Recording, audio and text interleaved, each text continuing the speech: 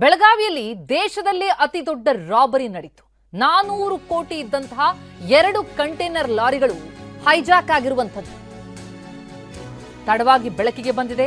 ಈ ಅತಿ ದೊಡ್ಡ ರಾಬರಿ ಪ್ರಕರಣ 2025ರಲ್ಲೇ ಅಕ್ಟೋಬರ್ 16ಕ್ಕೆ ನಡೆದಿರುವಂತಹ ರಾಬರಿ. ಕಂಟೈನರ್ ವಾಹನದಲ್ಲಿದ್ದಂತಹ 400 ಕೋಟಿ ರೂಪಾಯಿಯನ್ನ ದರೋಡೆ ಮಾಡಲಾಗಿದೆ.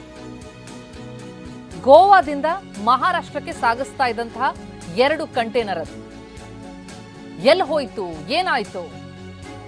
ಇತಿಹಾಸದಲ್ಲೇ ಬೆಚ್ಚಿ ಬೀಳಿಸುವಂತಹ ಅತಿ ದೊಡ್ಡ ದರೋಡೆಯಾಗಿದೆ. ಖಾನಾಪುರ ತಾಲೂಕಿನ ಚೋರ್ಲಾ ಘಾಟ್ನಲ್ಲಿ ಹೈಜಾಕ್ ಆಗಿರೋದು. ಆ ಹೈಜಾಕ್ ಆದಂತಹ ಸ್ಥಳ ಗಮನಿಸ್ತಾ ಇದೀವಿ ನೋಡಿ, ಇಲ್ಲೇ ದರೋಡೆ ನಡೆದದ್ದು. ಇದರ ಸಂಬಂಧಪಟ್ಟಂತೆ ಎಫ್ಐಆರ್ ಆಗಿರೋದರ ಪ್ರತಿ ಕೂಡ ಲಭ್ಯ ಆಗಿದೆ. ಒಂದೆರಡಲ್ಲ 400 ಕೋಟಿ ದರೋಡೆ. ಚೋರ್ಲಾ ಘಾಟ್ ಬಳಿ ಅಕ್ಟೋಬರ್ 16, 2025ಕ್ಕೆ ನಡೆದಿರುವಂತಹ ರಾಬರಿ. ಯಾರ ಹಣ ಇದು? ಒಬ್ಬ ಉದ್ಯಮಿಗೆ ಸೇರಿದಂತಹ 400 ಕೋಟಿ ರೂಪಾಯಿ ಹಣ ದರೋಡೆ ಆಗಿರೋದು. ಉದ್ಯಮಿ ಕಿಶೋರ್ ಸೇಠ್ ಎಂಬುವರಿಗೆ ಸೇರಿದಂತಹ ಹಣ ಅಂತ ಹೇಳಲಾಗ್ತಾ ಇದೆ. ಮಹಾರಾಷ್ಟ್ರದ ರಿಯಲ್ ಎಸ್ಟೇಟ್ ಉದ್ಯಮಿ ಇವರು ಕಿಶೋರ್ ಸೇಠ್. ಈವರೆಗೂ ಕೂಡ ಲಾರಿನೂ ಪತ್ತೆಯಿಲ್ಲ, ಅದರಲ್ಲಿದ್ದ ಕೋಟಿ ಕೋಟಿ ಹಣ ಕೂಡ ಪತ್ತೆಯಿಲ್ಲ. ಹೀಗಾಗಿ 3 ರಾಜ್ಯದ ಪೊಲೀಸರು, ಕರ್ನಾಟಕ, ಮಹಾರಾಷ್ಟ್ರ ಮತ್ತು ಗೋವಾ ಪೊಲೀಸರು ಶೋಧ ಕಾರ್ಯಕ್ಕೆ ಇಳಿದಿದ್ದಾರೆ. ಈಗಾಗಲೇ ಈ ಪ್ರಕರಣಕ್ಕೆ ಸಂಬಂಧಪಟ್ಟಂತೆ 4ರನ್ನ ಸೆರೆ ಹಿಡಿಯಲಾಗಿದೆ. ಆದರೆ 400 ಕೋಟಿ ಹಣ ಮಾತ್ರ ಪತ್ತೆಯಾಗಿಲ್ಲ. ಅದನ್ನು ಸಾಗಿಸ್ತಾ ಇದ್ದ ಲಾರಿ ಕೂಡ ಪತ್ತೆಯಾಗಿಲ್ಲ. ಮಹಾರಾಷ್ಟ್ರ ಸಿಎಂ ಅದನ್ನ ಗಂಭೀರವಾಗಿ ಪರಿಗಣಿಸಿದ್ದಾರೆ. ಈಗಾಗಲೇ ಇದರ ಬಗ್ಗೆ ತನಿಖೆಗೂ ಕೂಡ ಹೇಳಲಾಗಿರುವಂಥದ್ದು. 400 ಕೋಟಿ ಹಣ ಎಲ್ಲೋಯ್ತು ಅನ್ನೋದ್ರ ಬಗ್ಗೆ ತನಿಖೆಯಾಗ್ತಾ ಇದೆ. 400 ಕೋಟಿ ರಾಬರಿ ಬೆಳಕಿಗೆ ಬಂದಿದ್ದಿದೆಯಲ್ಲ, ಇದು ಭಾರಿ ರೋಚಕ. ಈ ರಾಬರಿ ಆದಮೇಲೆ ಸಂದೀಪ್ ಪಾಟೀಲ್ ಎನ್ನುವನ ಅಪಹರಣ ಆಗತ್ತೆ, ಕಿಡ್ನಾಪ್ ಆಗತ್ತೆ. ಕಿಡ್ನಾಪ್ ಮಾಡಿಸಿದ ಯಾರು ಅಲ್ಲ, ಆ ಉದ್ಯಮಿ ಯಾರಿಗೆ ಹಣ ಸೇರಿತ್ತಲ್ಲ ಕಿಶೋರ್ ಸೇಠ್, ಆತನ ಸ್ನೇಹಿತನಾಗಿದ್ದಂತಹ ಈ ಸಂದೀಪ್ ಪಾಟೀಲ್ನ ಗನ್ ಹಿಡಿದು ಸೇಠ್ ಸಹಚರರೇ ಅಪಹರಿಸಿರ್ತಾರೆ. ನಾಸಿಕ್ ಮೂಲದ ಸಂದೀಪ್ ಪಾಟೀಲ್ ಅಪಹರಣ ಆಗತ್ತೆ. 1.5 ತಿಂಗಳು ಒತ್ತೆಯಾಳಾಗಿಸ್ಕೊಂಡು ಚಿತ್ರಹಿಂಸೆ ಕೊಡ್ತಾರೆ. ಕಂಟೈನರ್ ಹೈಜಾಕ್ಗೆ ನೀನೇ ಕಾರಣ ಅಂತ ಆತನಿಗೆ ಚಿತ್ರಹಿಂಸೆ ಕೊಡ್ಲಾಗತ್ತೆ. ನೀನೇ ಹಣ ಕದ್ಬಿಟ್ಟಿದೀಯಾ ಅಂತ ಹೇಳಿ ಹಿಂಸೆ ಕೊಡುತ್ತೆ ಆ ಗ್ಯಾಂಗ್. ಕೊಂದು ಹಾಕ್ಬಿಡ್ತೀವಿ ಅಂತಲೂ ಕೂಡ ಸಂದೀಪ್ ಪಾಟೀಲ್ಗೆ ಬೆದರಿಕೆ ಒಡ್ತಾರೆ. ಅದು ಹೇಗೋ ಅಪಹರಣಕಾರರಿಂದ ಆತ ತಪ್ಪಿಸ್ಕೊಂಡು ಬರ್ತಾನೆ. ಸಂದೀಪ್ ಬಂದವನೇ ನಾಸಿಕ್ ಠಾಣೆಗೆ ದೂರು ಕೊಡ್ತಾನೆ. ಆ ದೂರಿನಲ್ಲಿ 400 ಕೋಟಿ ಹಣ ವಾಹನದ ಉಲ್ಲೇಖ ಆಗಿದೆ. ಆದ್ರೆ ಅದು ಹಣ ಎಲ್ಲಿ ಹೋಯ್ತು? ಆಗಿದ್ರೆ ದರೋಡೆಗೆ ಬಳಕೆಯಾದಂತಹ ಈ ಹಣ ಏನಿದೆ, ಇತ್ತೀಚೆಗೆ ಮಹಾರಾಷ್ಟ್ರದಲ್ಲಿ ಪಾಲಿಕೆ ಚುನಾವಣೆ ನಡೀತು.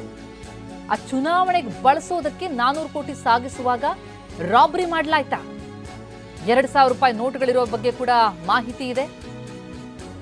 ದರೋಡೆ ಕೇಸನ್ನ ಭಾರಿ ಗಂಭೀರವಾಗಿ ಪರಿಗಣಿಸಿದೆ ಮಹಾರಾಷ್ಟ್ರ ಸರ್ಕಾರ. ಮಹಾರಾಷ್ಟ್ರ ಸಿಎಂ ಕೂಡ ತನಿಖೆಗಾಗಿ ಎಸ್ಐಟಿ ತಂಡವನ್ನ ರಚಿಸಿದ್ದಾರೆ. ಗೋವಾ ಪೊಲೀಸರ ಸಹಕಾರ ಕೂಡ ಮಹಾರಾಷ್ಟ್ರ ಕೇಳಿದೆ. 3 ರಾಜ್ಯದ ಪೊಲೀಸ್ ಪಡೆ ಎಲ್ಲ ಆಯಾಮಗಳಲ್ಲೂ ಕೂಡ ತನಿಖೆ ನಡೆಸ್ತಾ ಇದ್ದು, ತನಿಖೆಗೆ ಮಹಾರಾಷ್ಟ್ರ ಸಿಎಂ ದೇವೇಂದ್ರ ಫಡ್ನವೀಸ್ ಆದೇಶಿಸಿದ್ದಾರೆ. ಬೆಳಗಾವಿ ಎಸ್ಪಿಗೂ ಕೂಡ ಪತ್ರ ಬರೆಯಲಾಗಿದೆ. ಕರ್ನಾಟಕ ಪೊಲೀಸರಿಂದಲೂ ಕೂಡ ತನಿಖೆ ನಡೀತಾ ಇದೆ. ನಾಸಿಕ್ನಲ್ಲಿ ಡಿವೈಎಸ್ಪಿ ನೇತೃತ್ವದಲ್ಲಿ ತನಿಖೆ. ಕರ್ನಾಟಕ ಪೊಲೀಸರಿಗೆ ಮಹಾರಾಷ್ಟ್ರ ಸಹಕಾರ ಕೊಟ್ಟಿಲ್ಲ. ನಾಸಿಕ್ ಠಾಣೆಯಲ್ಲಿ ಬೆಳಗಾವಿ ಪೊಲೀಸರು ಠಿಕಾಣಿ ಹೂಡಿದ್ದಾರೆ. ಗೋವಾ ಪೊಲೀಸರ ಸಹಕಾರವನ್ನು ಕೂಡ ಮಹಾರಾಷ್ಟ್ರ ಕೇಳ್ತಾ ಇದೆ. ಆದರೆ ಕರ್ನಾಟಕ ಪೊಲೀಸರಿಗೆ ಮಹಾರಾಷ್ಟ್ರ ಸರ್ಕಾರ ಸಹಕಾರ ಕೊಟ್ಟಿಲ್ಲ ಎನ್ನೋ ಮಾಹಿತಿ. ದರೋಡೆ ನಡೆದಂತಹ ಸ್ಥಳ ಜೊತೆಗೆ ಸಂಬಂಧಪಟ್ಟಂತೆ 4 ದರೋಡೆಕೋರರನ್ನ ಬಂಧಿಸಿರುವಂತಹ ದೃಶ್ಯ ನೋಡ್ತಾ ಇದ್ದೀವಿ. ಬಂಧಿತರ ವಿಚಾರಣೆಗೆ ಕರ್ನಾಟಕ ಪೊಲೀಸರು ಮುಂದಾಗಿರೋದು. ಸಂದೀಪ್ ಪಾಟೀಲ್ ಹೇಳಿಕೆಯಲ್ಲಿ ಸತ್ಯಾಂಶ ಇದೆಯಾ? ಈ ದೂರು ಕೊಟ್ಟನಲ್ಲ, ಅಷ್ಟು ದೊಡ್ಡ ಮೊತ್ತದ ಹಣ ನಿಜಕ್ಕೂ ಸಾಗಿಸಲಾಗ್ತಾ ಇತ್ತು ಅಂದ್ರೆ ಆ ಲಾರಿಯಲ್ಲಿ ನಿಜಕ್ಕೂ 400 ಕೋಟಿ ಇತ್ತ? ಕಂಟೈನರ್ನಲ್ಲಿದ್ದಂತಹ ಹಣ ಎಲ್ಲಿಂದ ಎಲ್ಲಿಗೆ ಹೋಗ್ತಾ ಇತ್ತು? ಕರ್ನಾಟಕದ ರಾಜ್ಯ ಗಡಿಯನ್ನ ಪ್ರವೇಶ ಮಾಡ್ತಾ ಕಂಟೈನರ್ನಲ್ಲಿದ್ದಂತಹ ಹಣ ಯಾವುದಕ್ಕಾಗಿ ಬಳಕೆಯಾಗೋದಕ್ಕೆ ಅಂತ ಹೇಳಿ ಹಾಗಿದ್ರೆ ಸಾಗಿಸಲಾಗ್ತಾ ಇತ್ತು? ಈ ದೂರುದಾರ ಸಂದೀಪ್ ಪಾಟೀಲ್ ಏನು ಹೇಳಿಕೆ ಕೊಟ್ಟಿದ್ದಾನೆ, ಅದರಲ್ಲಿ ಎಷ್ಟು ಸತ್ಯಾಂಶ ಇದೆ? ಈ ಬಗ್ಗೆ ಈಗ ತನಿಖೆ ನಡೆಸಬೇಕಾಗಿದೆ. ಬಂಧಿತರ ವಿಚಾರಣೆಗೆ ಕರ್ನಾಟಕ ಪೊಲೀಸರು ಮುಂದಾಗಿದ್ದಾರೆ. 4ರನ್ನ ಈ ಪ್ರಕರಣಕ್ಕೆ ಸಂಬಂಧಪಟ್ಟಂತೆ ಬಂಧಿಸಲಾಗಿದೆ. ನಾವು ಪ್ರತಿನಿಧಿ ಸಹದೇವ್ ಮಾನೆ ಅವರಿಂದ ಡೀಟೇಲ್ಸ್ ಅನ್ನ ಪಡಿತಾ ಹೋಗ್ತೀವಿ. ಆದ್ರೆ ಈ ಪ್ರಕರಣವನ್ನ ನಾವು ನೋಡ್ತಾ ಇದೀವಲ್ಲ, ಭಾರಿ ರೋಚಕ ಅಂತಾನೆ ಅನ್ಸುತ್ತೆ. ಯಾಕಂದ್ರೆ ಮೊದಲಿಗೆ ಈ ಹಣ ನಾಪತ್ತೆ ಆಗುತ್ತೆ, ಅಂದ್ರೆ ಹಣ ಸಾಗಿಸ್ತಾ ಇದ್ದಂಥ ಲಾರಿ ನಾಪತ್ತೆ ಆಗುತ್ತೆ. ಅಕ್ಟೋಬರ್ 2025ರಲ್ಲಿ ನಾಪತ್ತೆಯಾಗೋದು. ಆದ್ರೆ ಇದು ಬೆಳಕಿಗೆ ಬಂದಿದ್ದು ಹೇಗೆ ಅಂತ ನೋಡ್ತಾ ಹೋದ್ರೆ, ಈ ದೂರದಾರ ಏನಿದ್ದಾನೆ ಸಂದೀಪ್ ಪಾಟೀಲ್, ಈತ ಸಾಗಿಸ್ತಾ ಇದ್ದ ಹಣವನ್ನ, ಆದರೆ ಹಣ ಯಾರದ್ದಾಗಿತ್ತೋ ಆ ಸೇಟ್ನ ಸಹಚರರು ಈತನನ್ನ ಕಿಡ್ನಾಪ್ ಮಾಡಿ ಇವನಿಗೆ ಚಿತ್ರಹಿಂಸೆ ಕೊಡ್ತಾರೆ. ಆತ ಅಲ್ಲಿಂದ ತಪ್ಪಿಸ್ಕೊಂಡು ಬಂದು ದೂರು ಕೊಟ್ಟ ಮೇಲೆ ಈ ಪ್ರಕರಣ ಬೆಳಕಿಗೆ ಬಂದಿರೋದು. ಏನಾಗ್ತಾ ಇದೆ ಡೀಟೇಲ್ಸ್ ನೀಡ್ತಾರೆ ನಮ್ಮ ಪ್ರತಿನಿಧಿ ಸಹದೇವ್ ಮಾನೆ ಸಂಪರ್ಕದಲ್ಲಿದ್ದಾರೆ. ಸಹದೇವ್, ವೆರಿ ಇಂಟ್ರೆಸ್ಟಿಂಗ್, ಭಾರಿ ರೋಚಕ ಅಂತ ಅನಿಸುತ್ತೆ ಈ ಒಂದು ಪ್ರಕರಣ ಬೆಳಕಿಗೆ ಬಂದದ್ದು. ಆದ್ರೆ ಮೂಲ ಪ್ರಶ್ನೆ ಅಂತಂದ್ರೆ, ಇಷ್ಟು ದೊಡ್ಡ ಮೊತ್ತದ ಹಣ ನಿಜಕ್ಕೂ ಸಾಗಿಸಲಾಗ್ತಾ ಇತ್ತ? ಎಲ್ಲಿ ಹೋಯ್ತು ಆಗಿದ್ರೆ ಹಣ? ಲಾರಿ ಎಲ್ಲಿದೆ? ಇಷ್ಟು ದಿನ ಆದ್ರೂ ಕೂಡ ಪತ್ತೆ ಆಗ್ತಿಲ್ಲ ಅಂತಂದ್ರೆ ಪ್ರಶ್ನೆಗಳೇ ಮೂಡ್ತಾ ಹೋಗುತ್ತೆ ಅಂತ.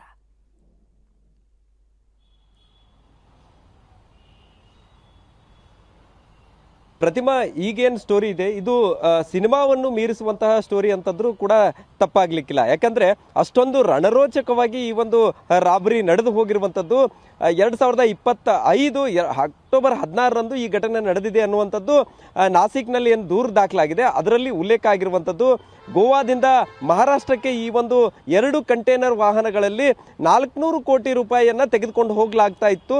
ಸೊ ಯಾವಾಗ ಗೋವಾ ಬಾರ್ಡರನ್ನು ದಾಟಿ ಕರ್ನಾಟಕಕ್ಕೆ ಬೆಳಗಾವಿಯ ಗಡಿಗೆ ಎಂಟ್ರಿ ಆಗುತ್ತೆ, ಚೋರ್ಲಾ ಬಾರ್ಡರ್ ಅನ್ನುವಂಥದ್ದು ಬರುತ್ತೆ. ಈ ಒಂದು ಪಾಯಿಂಟನ್ನೇ ಯಾಕೆ ಇಲ್ಲಿ ಹೈಲೈಟ್ ಮಾಡಲಾಗ್ತಾ ಇದೆ ಅನ್ನುವಂಥದ್ದನ್ನು ಕೂಡ ನೋಡೋದಾದ್ರೆ, ಈ ಭಾಗದಲ್ಲಿ ಯಾವುದೇ GPS ಆಗಲಿ ಅಥವಾ ಮೊಬೈಲ್ ನೆಟ್ವರ್ಕ್ ಆಗಲಿ ವರ್ಕ್ ಆಗುವುದಿಲ್ಲ. ಪೂರ್ತಿ ಇದು ಕಾಡಂಚಿನಲ್ಲಿರುವಂತಹ ರಸ್ತೆ ಆಗಿರುವಂತಹ ಕಾರಣಕ್ಕಾಗಿ ಅಲ್ಲಿಂದ ಏನಾದರೂ ಮಿಸ್ಸಿಂಗ್ ಆಗಿದ್ದೇ ಆದರೆ ಬಹುತೇಕ ಅದನ್ನು ಟ್ರ್ಯಾಕ್ ಮಾಡೋಕ್ಕೆ ಸುಮಾರು 3 ಗಂಟೆಗಳ ಕಾಲಾವಕಾಶ ಬೇಕಾಗುತ್ತೆ. ಸೊ ಇಂಥ ಹೊತ್ತಲ್ಲೇ ಪಕ್ಕಾ ಪ್ಲ್ಯಾನ್ ಮಾಡಿಕೊಂಡೇ ಇದನ್ನು ಏನಾದರೂ 2 ಕಂಟೈನರ್ ವಾಹನವನ್ನು ಹೈಜಾಕ್ ಮಾಡಿದ್ರ ಅನ್ನುವಂಥದ್ದು ಕೂಡ ಇಲ್ಲಿ ಉಲ್ಲೇಖ ಆಗ್ತಾ ಇರುವಂಥದ್ದು. ಇನ್ನೊಂದು ಕಡೆ ಸಂದೀಪ್ ಪಾಟೀಲ್ ಮತ್ತು ಈ ಉದ್ಯಮಿ ಕಿಶೋರ್ ಏನಿದ್ದಾರೆ, ಇವರಿಬ್ಬರು ಕೂಡ ಆಗಿರುವಂಥದ್ದು.